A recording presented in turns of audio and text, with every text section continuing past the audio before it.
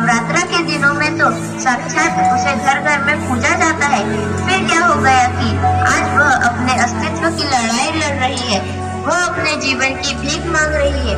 अरे बेटी तो हर घर की शान है, उसी से घर में रोशनी है। बेटी तो घरों को जोड़ती है। तो आइए बेटियों के सम्मान में हम एक नाटक प्रस्तुत करने जा रहे हैं, जिसका शीर्षक है बेटी बचाओ बेटी पढ़ाओ। मीरा, ओ मीरा, तुमने मुन्ना को कहीं देखा क्या? पता नहीं सुबह सुबह कहाँ चला गया। अभी उसने कुछ खाया भी नहीं, दूध भी नहीं पिया, और स्कूल जाने की तैयारी भी तो करनी है। नहीं माँ, मैंने तो मुन्ना को नहीं देखा। मैं तो सुबह से बर्तन ही धो रही हूँ। माँ, मुझे भी स्कूल जाना है। मुझे पढ़ना लिखना बहुत अच्छा लगता है। मेरा भी दाखिला स्कूल में करा दो ना माँ। ए छोरी, बड़ी है स्कूल जाने वाली, घर के काम काज अच्छे से सीख ले। आगे चलकर यही तेरे काम आने वाले। पढ़ लिख कर कौन सा तुझको कलेक्टर बनना है? जल्दी जल्दी बर्तन साफ कर।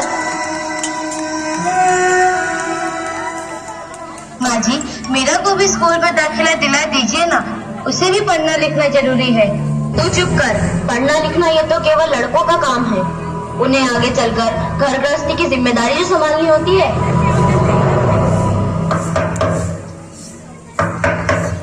अरे क्या हो रहा है? कौन किसकी जवाबदारी संभाल रहा है? और हमारी मीरा बेटी क्यों रो रही है? देखिए ना डॉक्टर दीदी, दादी मुझे स्कूल ही जाने नहीं देती। कहती है तुझे पढ़ लिख कर क्या करना है, आगे चल के चूल्हा चौका ही तो संभालना है। अरे यह तो बहुत गलत बात है माँ जी। क्या आपको नहीं लगता कि हम बेटियां भी पढ़ लिख कर आगे बढ़े? आज समाज बहुत आगे बढ़ गया है माँ जी। आप किस दुनिया की बात कर रही है? हम 21वीं सदी में जी रहे हैं। मैं आज ही टीचर दीदी से बात कर मीरा का दाखिला स्कूल में कराती हूँ। और हाँ, मैं तो यहाँ इसीलिए आई थी कि मुन्ना को पोलियो ड्रॉप दिया कि नहीं। जगह जगह इसके कैंप लगे हैं। अच्छा हुआ बहन जी आप आ गए।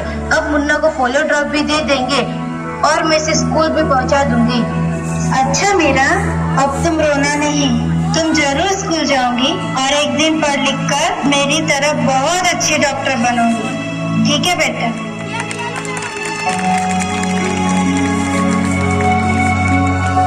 बहू, जरा एक गिलास पानी तो लाना। अभी नहीं बाबूजी। ये लीजिए बाबूजी। अरे ये देखो, अखबार में प्यारी बेटी के बारे में कितनी सुंदर कविता आई है। आओ मैं तुम्हें यह कविता पढ़कर सुनाता हूँ। कहती बेटी बाह पसार, मुझे चाहिए प्यार दुलार।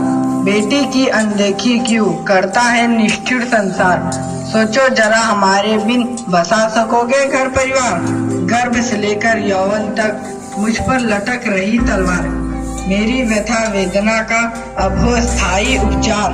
जब माही जग में न होगी तो तुम जन्म किससे पाओगे। जब बहन न होगी घर आंगन में तो किससे रूठोगे, किसे मनाओगे। जब दादी नानी न होगी तो तुम्हें कहानी कौन सुनाएगा। जब कोई स्वप्न सुंदरी ही न होगी तो तुम किससे ब्याह रचाओगे। जब घर में बेटी ही न होगी तो तुम किस पर लाड लुटाओगे। जिस दुनिया में स्त्री ही न होगी उस दुनिया में कैसे रह पाओगे। जब तेरे घर में बहू ही न होगी तो कैसे वंश आगे बढ़ाओगे। नारी के बिन जग सुना है, तुम ये बात कब समझ पाओगे।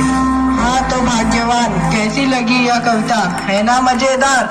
काहे की मजेदार कविता मुझे नहीं आई पसंद। अरे कोई घर में है क्या? आइए आइए टीचर दीदी, हम आप ही का इंतजार कर रहे थे।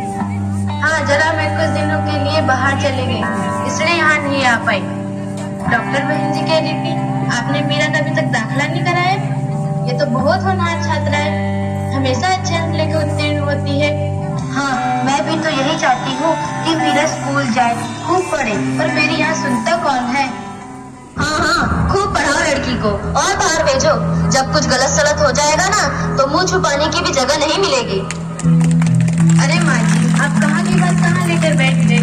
मीरा को 10वीं तक तो पढ़ाई पूरी कर लेने दीजिए, आगे की पढ़ाई के बारे में बाद में सोचेंगे। हाँ टीचर दीदी, हम मीरा को अवश्य स्कूल भेजेंगे। मैं उसे मेरे जैसा अनपढ़ नहीं रहने दूंगी। उसे खूब पढ़ाऊंगी। कल मीरा को तैयार रखना, मैं उसे लेने आऊंगी। क्यों दादाजी, सही कहा ना मैंने? हाँ हाँ बेटा, बिल्कुल सही कहा। मैं तो कब से कह रहा हूँ कि मीरा को भी स्कूल जाने दो।